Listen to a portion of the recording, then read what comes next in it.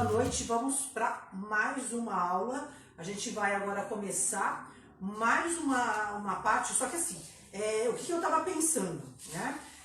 Resolvi estruturar isso agora a partir dessa semana. Então assim, terça-feira eu vou falar sobre gestão financeira, tá? E quinta-feira eu vou falar sobre o que a gente está falando, começando um negócio ou recomeçando um negócio. Por quê? Na realidade, eu acho que a gente já percebeu que tem muitos negócios que, independente da crise, já ia quebrar. Só que ia quebrar um pouco mais para frente ou já estava muito mal das pernas. Então, o que acontece? De repente, agora é o momento da gente... Quem quer começar um negócio? Então, começar algo de uma forma um pouco mais correta. Isso não quer dizer que a gente vá ter sucesso no negócio. Porque muitas vezes a gente faz todo um planejamento, a gente faz toda uma estruturação e muitas vezes pode não dar certo. Então isso também pode acontecer. Só que a gente começa a minimizar alguns riscos quando a gente começa a olhar para todo um contexto aqui de uma forma um pouco mais assertiva.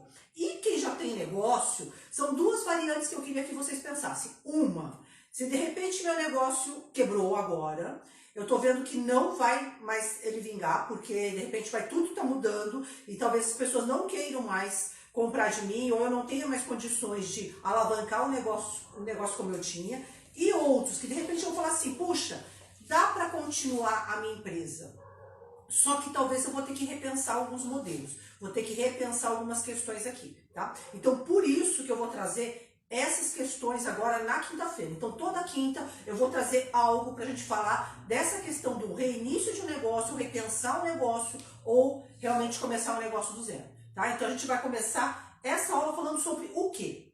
Efetivamente o seguinte, tá? Então agora a gente vai começar basicamente falando sobre o quê? Sobre o Canvas. Então muita gente já deve ter ouvido falar sobre isso, tá? Que é o Business... Escrevi errado, né? Que eu coloquei Business Model Canvas. É Business Model Canvas. Quem quiser um pouco mais de conteúdo, eu sugiro comprar esse livro aqui. Tá? Esse livro é clássico, esse livro aqui traz todo o embasamento disso tudo que eu vou trazer para vocês, né? Então é bem legal, é um livro totalmente co-criado, várias pessoas acabaram participando disso, né? Então é um livro base para quem realmente quer abrir um negócio, tá? O que acontece nesse processo, gente? São várias etapas que a gente tem para montar um negócio, tá? Então aqui eu vou ler para vocês, esse material eu vou mandar tudo para vocês amanhã, o que eu vou mandar. Então assim, como que é sempre o nosso esqueminha de toda aula. Quem tiver inscrito naquele link que tá lá na minha bio, ou o link que tá aí no Facebook, tá? Vai fazer a inscrição lá e eu vou mandar esses materiais e alguns materiais essas que eu acredito que sejam interessantes para vocês nesse momento. Tá? Então é só clicar no meu bio lá no Instagram, que tem um link lá, ou no link do Facebook. E aí amanhã eu mando o link do vídeo gravado, para quem não conseguiu assistir, e mando também todos os materiais, inclusive esses materiais aqui. Tá? Então o que acontece? O que tem nesse Business Model Canvas? Tem o seguinte, a proposta de valor, que é o que a gente vai falar hoje, tá? Também tem aqui, essa parte, é tudo o que está direcionado para cliente. Então o que a gente tem aqui? Como que a gente faz o relacionamento com os nossos clientes? Como que a gente trabalha os canais de venda? Por onde a gente vende para o cliente? Né? E qual o meu cliente? Qual o segmento de cliente que eu quero trabalhar? Então a gente vai entrar em cada tópico desse ao longo dessas aulas nas quintas-feiras, tá bom? Depois, desse lado, a gente tem mais a parte de processos. Então o que a gente vai ter aqui? As atividades-chave que eu tenho para fazer essa empresa funcionar, quais as parcerias-chave que eu também tenho, né? E quais os recursos que eu preciso para tocar essa empresa. Então isso aqui a gente começa a descrever toda uma estratégia para a gente ter a empresa. E aqui embaixo a gente vai ter a questão de custos. Então o que eu tenho aqui? Estrutura de custos, e aqui do lado eu vou ter o quê? Fluxo de receita. Como que eu ganho dinheiro? Como que eu monetizo todo esse processo? Tá? Então a gente vai trabalhar com cada item. Isso aqui as startups trabalham, só que eu queria deixar muito claro aqui para vocês o seguinte, eu não vou ensinar vocês a montarem uma startup. Se vocês quiserem montar uma startup, ok. Porque de repente alguém vai ouvir essa aula, vai ver essa aula e vai falar assim, a Valéria só vai ensinar para as pessoas que querem montar startup. Tá? Não, isso aqui pode ser utilizado em qualquer tipo de negócio.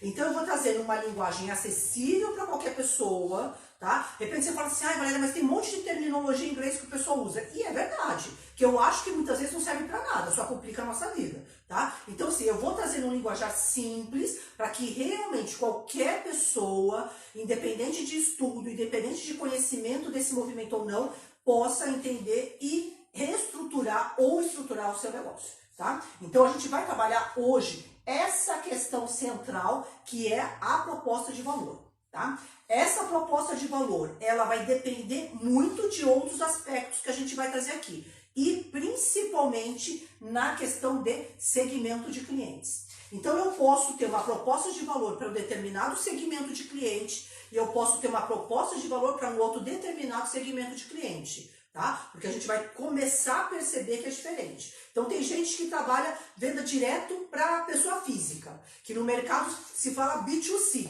né? Então eu vou trazer umas terminologias em inglês também para vocês aprenderem, né? Porque isso é o que o mercado fala. Então o que acontece? Quando eu trabalho direto com o cliente final, eu trabalho com a pessoa física lá na ponta, então o que acontece? A gente fala que é o mercado B2C, que é Business to Consumer, tá? Que é o consumidor final. Agora, eu tenho um outro mercado que pode ser o mercado B2B, que é o quê? Business to business. Então eu vou trabalhar com o quê? Com a pessoa jurídica. Então, se eu trabalhar com esses dois tipos de segmentos de mercado, o relacionamento é diferente, os canais são diferentes, então a proposta de valor é diferente. Por isso que a gente tem que pensar exatamente o que eu vou oferecer, qual a dor de mercado, qual cliente que eu quero atender para realmente ser mais assertivo. E, gente, a gente não vai poder ficar dando tiro no escuro, tá? É claro que negócio sempre é um risco, há o risco de ganhar e há o risco de perder, né? Então eu tenho que minimizar os riscos de perder. Se eu ganhar, ótimo, mas eu tenho que minimizar os riscos de perder. A gente vai entrar talvez no momento que vai ter muito pouca gente com dinheiro para investir no novo negócio,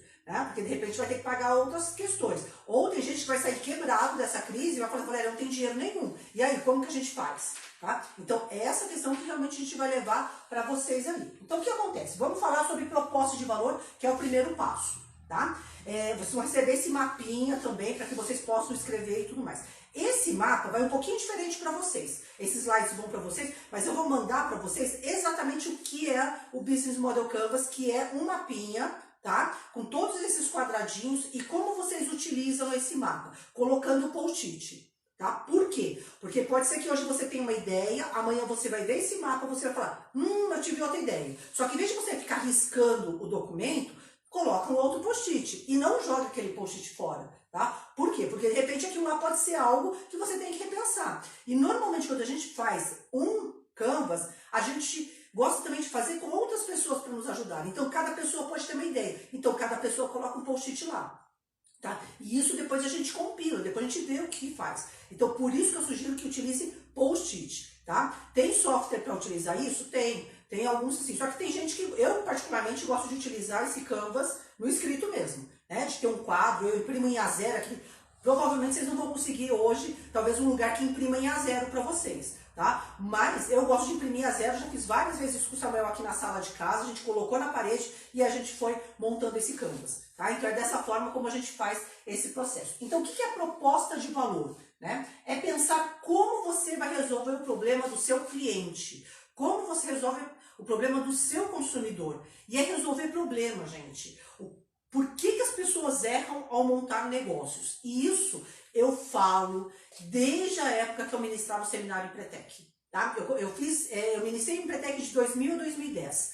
E eu acredito o seguinte, às vezes acho que a gente tinha até facilitador que não entendia exatamente o que era isso, sinceramente. Né? Por quê? Porque assim, quando a gente falava para os participantes, você tem que vender algo que solucione um problema ou uma necessidade do cliente, né? Muita gente fala assim, mas Valéria, como assim? Como assim não? É assim. Se você não vender algo que solucione um problema ou uma necessidade do cliente, o cliente não compra. Ou ele compra algo porque foi obrigado em determinados momentos, só que não faz sentido. Quer ver um exemplo? Talvez alguns aí tenham comprado aquela caixa de medicamento, né? Suprimento para a gente usar dentro do carro, né? Que tinha as questões de cuidados gerais lá que a gente tinha. Para que aquilo? Para que servia? Qual necessidade ou problema solucionava nosso? Nenhum. A gente comprou porque a gente se viu obrigado por uma lei naquele momento.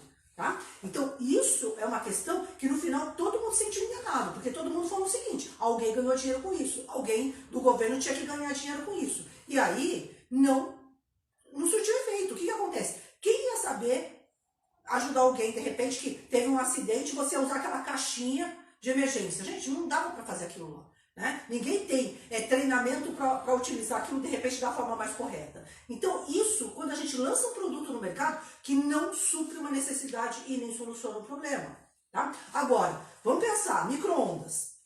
Por que o micro-ondas foi um sucesso? E basicamente, se a gente olhar, quase todas as casas, não vou falar 100% das casas, mas muitas das casas têm um micro-ondas hoje. E por que tem um micro-ondas? Porque ele basicamente atendeu a nossa necessidade de rapidez de esquentar alguma comida. Em vez de você, e praticidade, né? Em vez de você ter que pegar uma panela, ou às vezes várias panelas, para você esquentar cada tipo de alimento, depois tem que lavar todas aquelas panelas, coisa e tal. Não, você coloca tudo no prato, coloca dentro do micro-ondas, os minutinhos lá, e já está quente. Então ficou muito mais prático, ficou muito mais rápido. Então, como atendeu uma necessidade, solucionou um problema que a gente tinha, a venda foi intensa. E basicamente hoje as pessoas continuam comprando micro-ondas, porque percebem que isso facilita a vida delas. Então é isso que a gente tem que buscar. Então são essas perguntinhas que a gente tem que responder quando a gente está montando um negócio. As pessoas começam errado. Elas pensam assim: qual o produto ou serviço que eu vou oferecer para o meu cliente? Tá? E normalmente, eu já fiz isso, gente. Então assim, não é porque eu nunca fiz isso, eu já fiz isso. Eu falo assim: eu acho que é legal vender isso porque as pessoas gostam disso. As pessoas querem cara pálida. Normalmente é você que gosta, né? Às vezes você achou que é um problema, porque você tem aquele problema, só que será que esse problema é o problema da maior parte das pessoas? Ou esse problema é um problema de um nicho de mercado? Eu gosto de trabalhar nicho. Eu sou uma pessoa assim, tem gente que gosta de trabalhar um negócio muito grande. Eu quero vender para um monte de gente, que não sei o que tal. Eu gosto de nichar. Por quê? Porque quando você nicha, você começa a ter pessoas que viram seus fãs, elas te indicam para outros, e são pessoas que de repente você vai atender exatamente aquele problema e solução. Então você sempre vai ter uma venda para aquelas pessoas, né? Porque você conhece muito bem esse público. Então muitas vezes as pessoas acham que nicho representa poucas pessoas. Às vezes pode representar, só que essas pessoas são altamente comprantes. Vamos pensar hoje numa questão do veganismo, tá? Muita gente hoje está se tornando primeiro vegetariano, porque muitas vezes é um processo de transição que muita gente passa, e depois vai se tornar vegano, né? E o vegano é um nicho de mercado, né? E aí, enquanto você consegue encontrar, de repente, lojas para vegano, cosméticos para vegano, hoje já tem alguns cosméticos, até o meu marido estava falando que ele estava vendo uma propaganda de uma marca de beleza, ele falou: nossa, olha, já tem produto vegano aqui, né? Então, olha como é interessante essas questões. Então, a gente fala assim, esse é um nicho de mercado, só que é um nicho de mercado com extremo potencial de compra e ele tem a tendência de aumentar. Então, é um nicho que inicialmente começou pequeno, só que hoje o quanto de produtos você pode lançar para esse mercado, tá? Então, e atende a necessidade desse nicho. Então, eu vou entender o quê? Quais são os meus clientes? A gente vai falar mais de clientes aqui, tá? Mas eu quero que vocês comecem a pensar de uma forma mais geral. Qual o problema que o mundo está passando? Né? A gente viu várias questões. Gente, hoje teve uma questão de home office. Então, quantas empresas estavam preparadas para fazer o home office? E o home office não é tão simples como as pessoas pensam. Você tem que ter equipamento, você tem que ter uma internet boa. Quem está nessa onda do home office está ganhando dinheiro. O cara que de repente vende cadeiras ergonômicas, talvez é um cara que ganhou dinheiro. Então, o que a gente fala de follow the money. O que é o follow the money? Siga o dinheiro. Então, onde o dinheiro está indo? Né? Então, o dinheiro hoje está indo, de repente, para essas estruturas de home office. Então, esse é um cara que, de repente, está ganhando dinheiro hoje. Agora, o que mais? De repente, o pessoal de delivery. Quem já tinha delivery é um cara que também seguiu a corrente do dinheiro. Por quê? Está efetivamente fazendo um trabalho que para ele foi bacana. Algumas pessoas se viram forçadas a fazer delivery, porque o mercado foi para essa onda. E talvez tem coisas que nesse mercado ficou aquecido e talvez a gente se mantenha ao longo do tempo.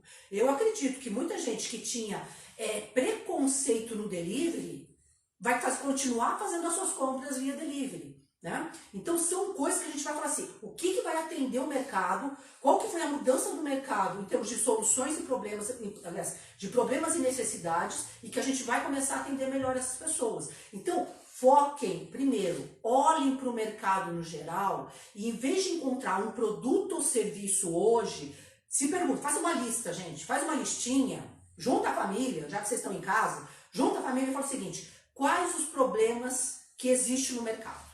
O que as pessoas têm problema, elas têm necessidades e a gente poderia atender? Ou mesmo assim, se você falar, mas eu não posso atender isso, quem sabe, não sei, mas anota.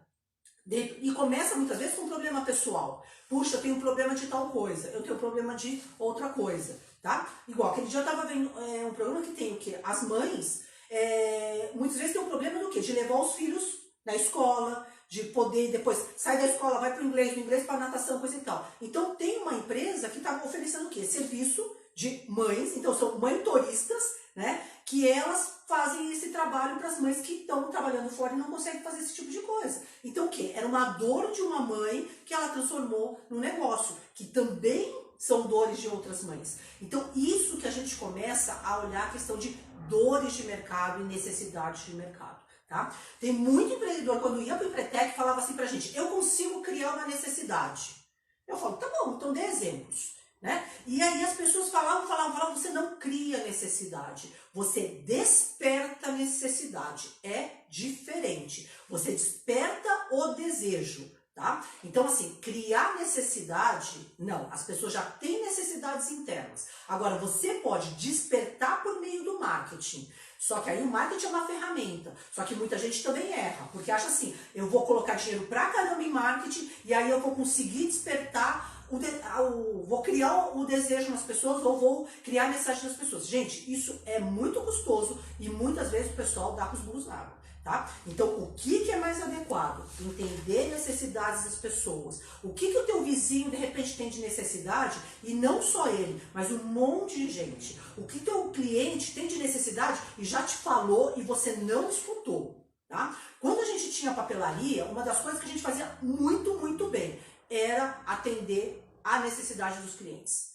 Quando a gente montou a papelaria, a gente tinha basicamente o básico das coisas que normalmente uma papelaria tem. Só que a gente não imaginava que a gente ia atender empresas. Porque ao redor da nossa loja tinham várias empresas. E às vezes a empresa a gente está em Mogi das Cruzes, mas tem empresa de Suzano comprar com a gente. Que às vezes o cara passava, almoçava no restaurante do lado da loja, falou, nossa, tem uma papelaria. Aí ele entrava e falava, vocês têm tal coisa?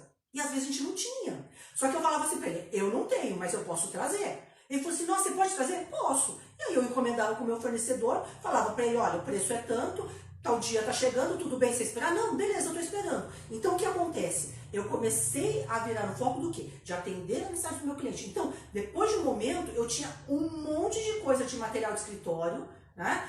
Material para as empresas. E por quê? Porque para atender uma necessidade. Né? Eu não fiquei no achismo de, eu acho que eles precisam. Não, eu fui atender uma necessidade e um problema que eles tinham. Porque eles falaram assim, Valéria, se a gente tiver que comprar material de escritório, a gente tem que sair aqui do bairro e a gente tem que ir no centro da cidade. E só isso já demorava em torno de 20 minutos. Então era 20 minutos para ida, 20 minutos para volta, além de pagar estacionamento, né, ou encontrar um lugar para estacionar. E eu atendia o problema dele do seguinte, de locomoção, porque aí eu entregava na empresa, né? O tempo dele, de economia de tempo. Então, é essas questões que a gente começa a entender. Quais as necessidades que realmente a gente pode atender dos nossos clientes, tá? Então, essas perguntinhas aqui. Valor entregue para o seu cliente. Quais são os problemas dos clientes que a empresa pode resolver?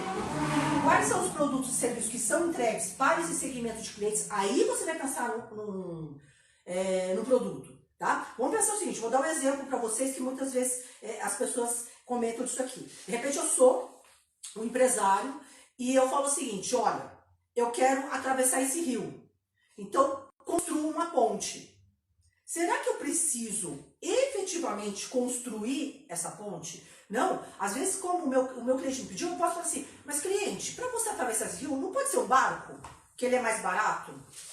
que ele vai dar mais agilidade, que você vai conseguir, eu compro o barco, coloco no riozinho, você consegue atravessar com mais rapidez, então eu vou atender uma necessidade dele, o problema dele. Não preciso construir uma ponte, que de repente ele pensou numa ponte, tá? Então aí eu começo a ganhar mercado, porque eu dou soluções e soluções mais rápidas e simples, porque é isso que o mercado também quer, tá? Depois, as necessidades aí que a gente já falou, tá? Então essas perguntinhas são perguntinhas ideais para vocês começarem a trabalhar essa questão de proposta de valor. Tá? Aqui eu coloquei exatamente isso. Todo mundo conhece isso aqui, né? Essa marca é mega famosa, a Apple. Só que assim, por que eu trouxe esse desenho aqui que eu achei bem legal? A alimentação é uma necessidade, a gente precisa comer. Então assim, a gente colocou a maçãzinha aqui só para fazer essa referência, tá? Então isso é algo que a gente atende uma necessidade do ser humano, vamos dizer assim, de alimentação. Uma Apple, um equipamento Apple, não é uma necessidade, vamos dizer assim. Só que ele atende a quê? A um desejo. Só que para chegar nisso aqui, aí eu tenho investimento de marketing, tenho investimento em tecnologia, eu tenho investimento também de olhar para o mercado. E o que o Steve Jobs, ele falava o seguinte, ele falava assim, muitas vezes não adianta você perguntar para o seu cliente o que o seu cliente quer, porque ele não sabe. E aí você tem que, de repente, criar um produto ou um serviço que atenda uma necessidade dele que ele nem sabia que existia. Isso é despertar a necessidade, não é criar necessidade. O que na realidade, aí a gente vai falar de necessidade, por que as pessoas compram Apple? Tá? Elas compram exatamente por uma necessidade de autorrealização, porque elas querem às vezes assim, vamos pensar um designer. O designer ele quer o equipamento melhor para se trabalhar com a parte gráfica, coisa e tal. Então é algo para ele de autorrealização se ele compra um equipamento como esse. Como algumas pessoas querem comprar um celular, simplesmente para quê? Para uma necessidade social de participar de um clubinho. Porque eu sou do clube Apple, eu faço parte da marca, eu sou a parte dos fãs. Então, cada um vai ter, às vezes, uma necessidade da compra, tá? Mas aí que a gente começa a entender, tem coisas que vão ser necessárias, tem coisas que são desejos. E quando são desejos, muitas vezes, são despertados para quem? Para quem, às vezes, tem um dinheiro maior e aí elas podem comprar um pouco mais, né? Pagar um pouco mais em relação a isso. Só que aqui existe muito mais investimento. Então, aqui por isso que a gente tem que entender quais são as necessidades que a gente pode atender no dia a dia, tá? Agora, o que eu queria trazer para vocês é esse gráfico aqui. Essa pirâmide é assim. Existe, talvez alguns já ouviram falar sobre a pirâmide de Maslow, que é a hierarquia das necessidades do ser humano, tá? É uma hierarquia que ainda ela continua em voga, que ela tem várias classificações, ela tem 5 etapas basicamente, que ela tem as necessidades fisiológicas, então o básico que eu preciso para viver, uma moradia, alimentação, né? E depois eu tenho uma necessidade de segurança, então de repente ter um emprego, que me traz segurança em relação a isso. Terceiro, eu tenho uma necessidade social de fazer parte de um grupo.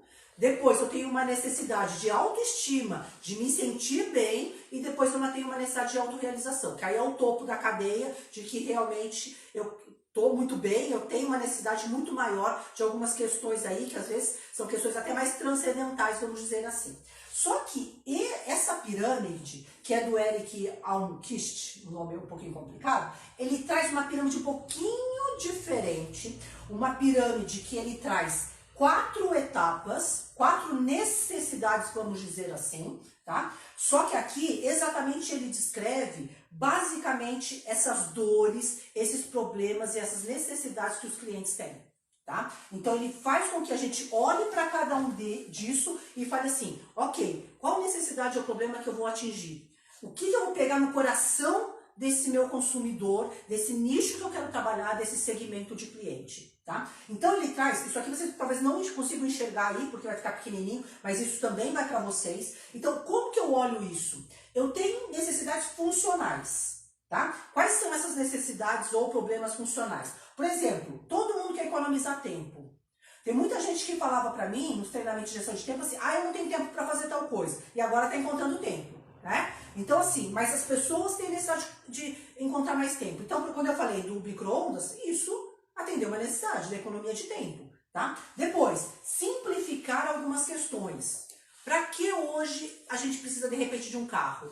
Para, de repente, perder tempo em ficar dirigindo, em estacionar, encontrar estacionamento ser mais caro, se eu posso pegar, de repente, um carro de um aplicativo. Tá? Então, estou simplificando a minha vida. Simplesmente clico lá no botão e chamo um carro de aplicativo. Gerar dinheiro, né? Então, é outra necessidade que as pessoas têm. Então, também existe, hoje o Samuel está falando sobre programas de afiliados. Que programa de afiliado? Por exemplo, que a Magazine Luiza lançou agora. Falando o seguinte, olha, se cadastrem e venda os nossos produtos, você vai ganhar um percentual em relação a isso. Então, é uma forma, atender o quê? Uma necessidade atual de gerar dinheiro. Né? Depois, reduzir riscos. Por que você contrata uma seguradora? Porque você quer reduzir o risco. Então, é um negócio que atende esse tipo de problema. Né? Eu não vou falar de todos aqui, senão a gente vai acabar passando o tempo. Tá? Organização, integração, conexão, reduzir esforço, evitar aborrecimentos, reduzir custos, qualidade, variedade, apelo sensorial e informar. Tá? Então, isso aqui, por exemplo, a nossa empresa realmente de consultoria, de treinamento, qual que é a necessidade funcional que a gente faz? De informação. Né? Então, a gente sempre vai trazer algo aqui que realmente possa atender alguma necessidade. Aí depois eu tenho o emocional. O que é o emocional? Quais as dores do emocional aqui? Ó? Reduzir a ansiedade. Isso aqui é um grande mercado hoje. Né? E por que é um grande mercado? Porque o Brasil hoje é o país mais ansioso do mundo. E eu acho que durante essa questão da Covid, talvez isso tenha aumentado muito, muito mais, não só no Brasil, mas em qualquer país do mundo. Então hoje, igual tem uma plataforma, a Vitude, de uma mentora da Bitumami que faz parte com a gente, o que ela faz? Ela conecta pessoas com psicólogos, uma plataforma online. Né? Então para quê? Para de repente trabalhar essa questão da redução da ansiedade, mas também a questão do valor terapêutico e do bem-estar, que são outras necessidades de mercado. Tá? Depois a gente tem aqui de recompensa, nostalgia. Por que de repente vários seriados têm trazido uma questão de referências de anos 80? E aí as pessoas que viveram nos anos 80 assistem isso. E no final, acaba, de alguma forma, outras plataformas monetizando em relação a isso. Porque essa questão da nostalgia. Tá? Depois, design, estética, exclusividade e distinção, bem-estar, valor terapêutico, eu falei, diversão, entretenimento, atratividade e dar acesso. Tá? Então, olha como que a gente começa a questão também dessas necessidades emocionais. Depois a gente tem o que? Mudança de vida. Por exemplo, fornecer ajuda. Então, como que eu posso estar fornecendo ajuda para outras pessoas? Né? Então, hoje tem muitas plataformas também que as pessoas estão fazendo o quê? Por exemplo, tem tipo Get Ninjas, outras plataformas que fornecem ajuda para as outras pessoas que de repente não têm condições de pagar tão alto um serviço. Então eu sou um designer e vou te ajudar como empresário. Vou fazer um logotipo, vou fazer uma logomarca, vou fazer uma identidade visual para você, não tão caro como uma agência, mas eu também estou te ajudando nesse processo. Então também tem essa questão. Só que muitas vezes eu não estou trabalhando só uma única dor, eu posso trabalhar outras dores também. Tá? Autorrealização, motivação, relíquia e tradição e membro e pertencimento. Tá? Depois, o impacto social, que é por último, autotranscendência. Hoje, muita gente está gerando negócios de impacto social. Né? Aí o pessoal fala assim, Valéria, mas negócio de impacto social dá dinheiro? Dá dinheiro, só que de uma forma diferente. Aliás, tem que dar dinheiro, só que dá dinheiro de uma forma diferente. Né? O gestor de uma ONG, de uma entidade do terceiro setor, ele também recebe um salário como se fosse empregado. Né? Então, não tem divisão de lucros. Né? Então, tem um formato diferente. Mas hoje, muitas empresas trabalham em questão a essa questão do impacto social. Então, é algo maior, é fazer algo muito mais pelos outros do que efetivamente você vai falar do teu lucro como empresário de outros tipos de empresa. Tá? Então, nós temos vários tipos de negócio que podem atender a essas questões aqui, a essas dores de mercado. Tá? Agora, fica na mão de vocês de olhar para isso e pensar, hoje, o negócio que eu tenho, qual dor ele atende, qual problema ele soluciona ou qual necessidade ele atende. Tá? Então, eu vou olhar para isso. Se de repente você começa a perceber que não tem nada que você atenda e que não tem um diferencial competitivo na tua empresa, é hora de repensar o negócio, tá? Por quê? Você pode falar assim, Valéria, vamos pensar, eu tinha papelaria. Então assim, tem um monte de papelaria por aí, é verdade. Se a gente for pensar em abrir um negócio exclusivo, talvez você vai morrer, você não vai conseguir encontrar algo só você ter no mercado, tá? Todo mundo é concorrente de todo mundo. O cara do supermercado é concorrente do cara que vende carro. Por quê? Porque ele está competindo pelo mesmo dinheiro do cliente. Então, são essas coisas que a gente não pode entender que, eu não tenho concorrente no mercado, eu quero um mercado que não tenha concorrente. Não. Você sempre vai ter algum concorrente. Só que se eu tenho um concorrente que vende a mesma coisa que eu, como que eu vou me diferenciar dele? O que eu vou fazer de diferente do meu concorrente? O que eu vou fazer melhor do que o meu concorrente? Então, isso é muito importante a gente pensar. Por quê? A pergunta que eu faço é sempre o seguinte: por que eu vou comprar seu e não vou comprar do outro? Porque aí o pessoal, qualidade. Gente, qualidade não é diferencial competitivo, tá? Qualidade hoje é uma obrigação do mercado. Eu não aceito hoje as pessoas falarem pra mim, eu tenho como qualidade diferencial competitivo. Então, meu filho, então você já tá atrasado. Porque é o seguinte, qualidade é a única coisa que você tem que me oferecer nesse momento. Agora, você pode falar, eu entrego mais rápido que o meu cliente, né? Ontem eu estava conversando eu estava mentorando uma moça que ela tá querendo trabalhar com vinhos. E ela falou que tem uma plataforma que o cara entrega vinho 24 horas por dia. Então, se 2 horas da manhã você tiver uma festa e você quer vinho e você não tem mais nada na sua casa, você pode ligar para o cara que o cara vai te entregar. Então, se isso é o diferencial, ele vai cobrar mais caro? Provavelmente vai cobrar muito mais caro. Só que se eu quero aquilo, se atende a minha necessidade, eu vou pagar. Tá? Então são esses diferenciais competitivos que fazem o cliente também pagar mais pelo nosso produto ou serviço. Então isso que a gente tem que olhar. Tá? Atendimento, tá? Eu tenho um bom atendimento. Gente, bom atendimento não dá nem para comparar também. Né? Porque todo mundo deveria ter um bom atendimento. Agora, o que eu faço a mais para o meu cliente? Então isso que eu tenho que realmente olhar como eu trabalho dentro do meu mercado. Tá? Então basicamente isso que eu vou depois mandar tudo para vocês aí. E aí, deixa eu ver se tem perguntas aí para responder, porque basicamente já falei o que tinha que falar. Então vamos lá. A Priscila Vanzo Oi, Pri. ela está perguntando, e o mercado de luxo? Mercado de luxo. Vou te contar um negócio. Na crise, o mercado de luxo foi um dos mercados que as pessoas achavam que não seria abalado, mas ele foi abalado. Sabe por quê? Porque olha que coisa esquisita, né? Todo mundo acha assim, os ricos não perderam poder econômico, então vão continuar comprando os mercados de luxo. Primeiro, as lojas de mercado de luxo muitas vezes estão no shopping ou estão em galerias que foram fechadas. Então o cara muitas vezes já tem já está prejudicado nisso. Outra questão, mercado de luxo agora na crise, o que aconteceu? O pessoal muitas vezes compra a questão do luxo pelo ego. Né? Então assim, eu quero fazer parte de um clubinho. Para eu fazer parte de um clubinho eu preciso usar Elis Blanc. Ou eu preciso usar, uma marca aí, Ricardo Almeida, para os homens, tá? Só que é o seguinte, para que as pessoas usam uma marca de luxo com alguma coisa marcando lá, que você tá vendendo um negócio, você compra o negócio do cara e você tá marcado pela marca do cara. O pessoal usa muito marca de luxo para tirar o quê? Foto no Instagram. O pessoal fez essa pesquisa. E aí, ou então, mostrar que eu tô num evento. Evento não tá acontecendo, então eu não vou mostrar para ninguém, né, as minhas marcas de luxo. Aí no Instagram, às vezes o pessoal também já não tá achando graça em tirar foto no Instagram porque tá dentro de casa. Então fica meio que ostentação dentro de casa, tá usando uma marca de luxo. A não ser os ricaços aí, coisa e tal. Então, ficou um momento complicado até para o mercado de luxo agora. Só que o mercado de luxo, ele atende à necessidade do ego e de fazer parte de um clubinho. É isso que o mercado de luxo entrega. Tá? O que a gente viu? Eu tenho um amigo que ele tem loja de calçados.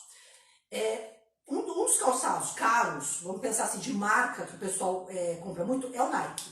Né? Então tem tênis de R$1.000, R$1.500, R$700, tem vários preços do Nike. E aí ele falou assim pra mim, Valéria, sabe quem compra mais esses tênis mais caros? Eu falei, quem? Ele falou, o pessoal de menos poder aquisitivo. Faz parcelas, às vezes de 10 parcelas, 12 parcelas, mas por quê? Porque quer fazer parte de um grupo. Entende? Então, isso é uma necessidade social, né? E que as pessoas acabam realmente comprando para isso, né? Para realmente fazer parte desse clube um pouco exclusivo, vamos dizer assim, tá? Vamos lá. Não, ninguém ainda perguntou mais nada. Só o André Cruz, que falou que é seu fã. O Cleto, Show, meu amigo André. Meu amigo André tá lá em Portugal. O Cleto Castro de Faria, muito bom. Oi, Cleto. Mais perguntas, podem ficar à vontade que a gente está monitorando aqui, mas não tem. Se tiver mais alguém aí, que às vezes dá um delayzinho, a gente responde.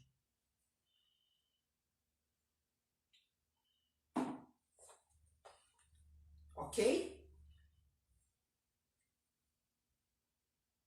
Então, beleza, gente. Obrigada pela noite. Então, o material que o pessoal quiser tá disponível aí.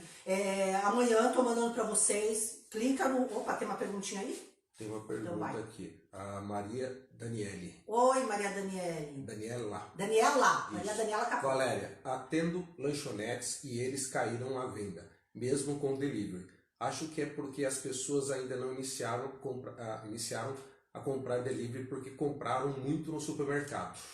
Dani, é assim, isso teve um grande problema porque muita gente fez aquele estoque enorme, né? E aí tem comida. E ela completou, ou o povo só vai cozinhar em casa, ou o povo só vai cozinhar em casa. Então, eu vou te falar o meu comportamento como consumidora.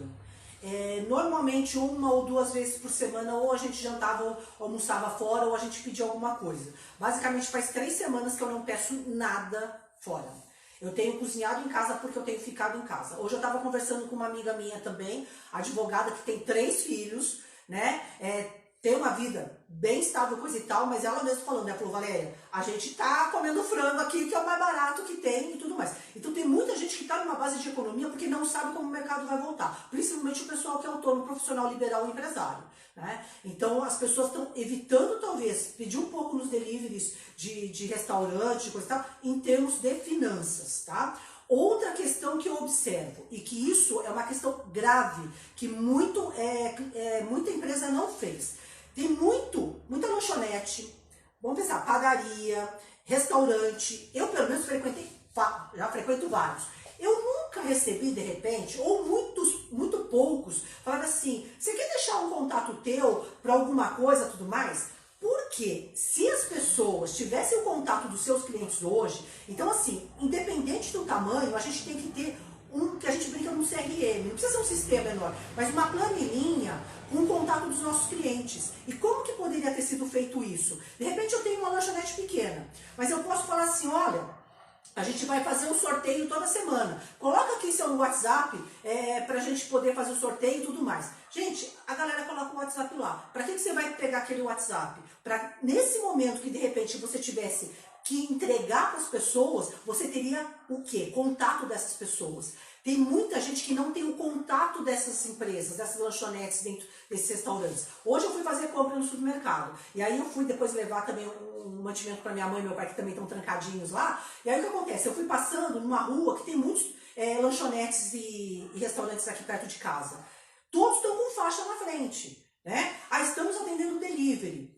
Só que assim, quantas pessoas estão saindo de casa para passar na frente da lanchonete e para ver essa faixa, sabe? Então, aí eu fiquei pensando, falei, o que eles deveriam ter feito? Os clientes que eles tinham, fazer um programa de fidelidade para você conseguir o contato do cara, fazer alguma promoção para conseguir o contato do cara, por quê? Nesse momento, se você tivesse um contato mais direto, você poderia mandar promoções, você poderia fazer alguma coisa. Então, assim, eu acho que faltou essa questão que nunca ninguém ia pensar que de repente acontecesse isso, tá? Mas eu acho que tem um fator econômico forte, tem muita gente cozinhando em casa, né? E tem essa questão realmente desse controle de clientes. Então eu vejo esses fatores que realmente prejudicaram esses pequenos negócios. A Emília Kimura. Oi, Emília. Ela tem o ramo ela atua no ramo de lingerie, né? Não sendo a parte essencial, como faço para sobreviver nessa crise? Então, aí é uma questão que lingerie, você pode falar assim que não é essencial, tá? Mas ele faz parte de um combo, vamos dizer, de beleza, tá? E aí talvez possa até entrar numa questão que, essa crise eu acho que vai pegar todo mundo de uma forma muito diferente, mas só para te contextualizar. Na crise de 2008, quando a gente teve, e na Argentina, que foi muito bravo, foi pior ainda que pegou no Brasil, que tinha os panelaços, tinha, né, o pessoal saía na rua, qual que foi o mercado que se manteve muito forte nessa época? Foi o mercado da beleza. E por que foi o mercado da beleza? Porque as mulheres, apesar da depressão que estava tudo muito triste, o pessoal perdendo emprego, pelo menos a autoestima elas tinham que ter, tá? Então pode ser um mercado da autoestima? Pode. Pode ser um mercado de repente, de presentear as pessoas? Pode, tá? Mas é pensar realmente qual a dor. O que eu vejo nesse mercado, Emília? Aquele dia eu estava dando mentoria para uma moça que ela está querendo fazer lingerie. E aí talvez pensar num outro produto, né? Com o recurso que você já tem hoje. Ela tem duas meninas, uma menina pequena, de 4 anos, mas que é mais fortinha, e uma menina maior que ela, é mais esguia, vamos dizer assim. E ela falou que ela tem uma de 4 e uma de 11. Ela falou assim que o grande problema que ela tem é uma questão de encontrar lingerie para as crianças, ou para as meninas dessa faixa etária. E eu comentei que sim, para minha filha também. É muito difícil, porque ou você tem algo que é muito adulto, ou você tem algo que é muito para criança, né? E não tem algo que de repente formata melhor para um corpo que está mudando de fase e que não é nem adulto e nem criança. E a minha filha usa o mesmo tamanho que eu. Então no final a gente acaba muitas vezes falando assim, puxa, e aí, o que você faz com uma criança dessa? Né, que tem o mesmo corpo, basicamente o mesmo tamanho que eu, mas assim, é uma menina, tem 14 anos, que eu gostaria de coisas diferentes, e a gente não encontra isso no mercado. Então, é um nicho de mercado? Talvez seja um nicho de mercado, né? E a gente conversou bastante e tudo mais, e ela vai pensar numa ideia em relação a isso. Então, assim, às vezes, eu vou ter que mudar a chave para isso. Outra coisa que ela falou é que a menina dela tem escoliose. Então, o que acontece? Ela precisa de uma segunda pele e que ela não encontra uma segunda pele para uma menina de 11 anos, com o problema que a menina tem, para não aparecer tanto esse problema dela. De repente, é um outro nicho de mercado de pessoas que têm determinada deficiência e que o mercado não olha para isso. Aí você vai falar assim, puxa, mas será que tem tanta gente com esse problema? Não sei, é pesquisa de mercado.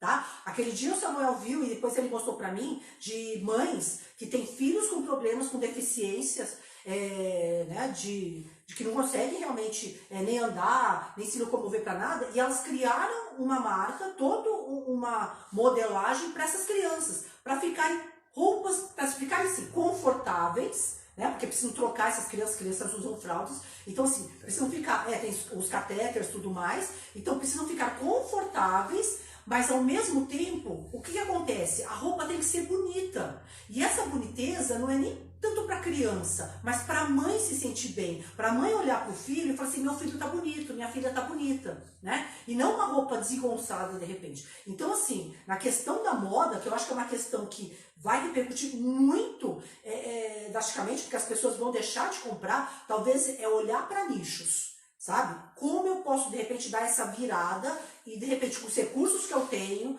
com a expertise que eu tenho, fazer algo, uma questão do nicho, tá? E aí é experimentar. Experimentação é o quê? Lanço alguma coisa, vejo se isso tá dando certo, vejo com as pessoas desse nicho e aí eu começo realmente a testar o mercado, tá? A Priscila Vanzo fez uma pergunta pessoal. Você recebeu meu catálogo de joias? Perguntando para você. E com a sua explicação, entendi que minhas joias não são mercado de luxo, pois é uma marca nova. Que dica você pode me dar? Pri, é o seguinte, eu não recebi teu catálogo. Você falou que ia me mandar, mas eu não recebi o catálogo. Eu vi pelo teu Instagram, tá? Priscila faz joias, ela é Orives, é designer de joias, né? Mas ela faz a joia. Pri, o que acontece? O teu mercado tá muito conectado a isso aqui, ó. Vamos lá, cadê? Ó. Talvez uma questão até da nostalgia. Por que da nostalgia? Você, pelo menos algumas peças que você faz, não todas, né? Mas vou falar de algumas peças. Aquelas peças que de repente a criança desenha e você faz a joia em cima do desenho da criança, isso é uma questão nostálgica para o pai. Porque a mãe vai comprar aquilo para sempre lembrar daquele momento do filho. É muito mais legal do que simplesmente aquela menininha ou menininho que antigamente a gente tinha. Que a minha mãe tinha, 2 menininhas na corrente. Tá? Por quê? Porque foi uma obra que partiu do desenho do seu filho. Tá? Então aquilo traz a questão da nostalgia. Né? Então, agora uma joia personalizada, uma joia customizada, a gente tem aqui na exclusividade ou distinção, tá? Então é algo exclusivo, que eu vou lá na H-Ster, eu vou lá na, sei lá, eu nem conheço o nome das lojas aí, coisa e tal, né? Mas eu vou numa loja aí de joia, eu não vou encontrar, né? Por quê? Porque foi algo exclusivo para mim, que de repente tem alguma recordação. Então é nesse movimento que você tem que levar. Tá? Não competir com as joalherias de luxo que existe, uma Tiffany, vamos dizer assim, tá? Porque não é aquilo, tudo bem, a Tiffany tem nome, então as pessoas, eu quero uma joia da Tiffany, tá, ok. Só que o teu é uma questão de, eu faço o que você quer, que só você vai ter essa peça, porque essa peça representa algo emocional para você, tá? Então é essa questão do emocional que você vai pegar. O Tássio aqui, o Tássio Dias, né? A fidelidade Nossa. dos meus clientes do caderninho está salvando minha quarentena. Tá? Então é isso que eu quero trazer para as pessoas. É coisa simples. É um caderninho. Então você tem um caderninho com o quê? O nome do cara, o telefone do cidadão, e como você já tem o comércio há muitos anos, você sabe já exatamente cada um quer. É o que eu falei já daquele exemplo que a gente já deu numa outra aula sobre você. O Samuel precisa de um óculos, vai em você, ou você já liga pro Samuel, tem um óculos com a tua cara aqui, né? Então isso ajuda as pessoas. Agora, imagina não ter isso. Tá? Isso aí está quebrando muita gente, porque aonde estão meus clientes? Eu não sei nem como entrar em contato com os meus clientes. E aí dificulta nesse processo da crise.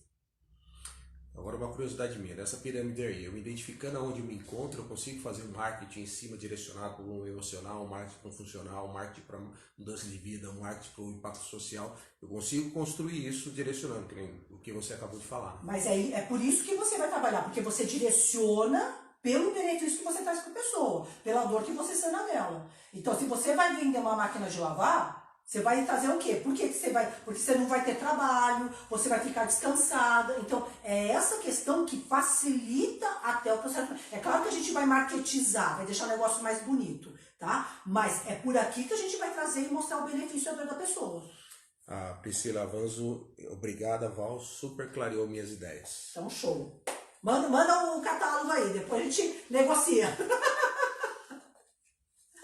Perfeito? Gente, beleza. Então a gente tá aí, ó. Faltam 10 minutinhos pro Instagram e o Facebook me derrubar, tá? Obrigada pela noite. Espero que eu tenha agregado um pouquinho aí pra vocês em relação a isso, tá? Repensem os negócios ou pensem de uma forma agora que possa atender isso aqui. Então amanhã tá indo o material, tá indo o link.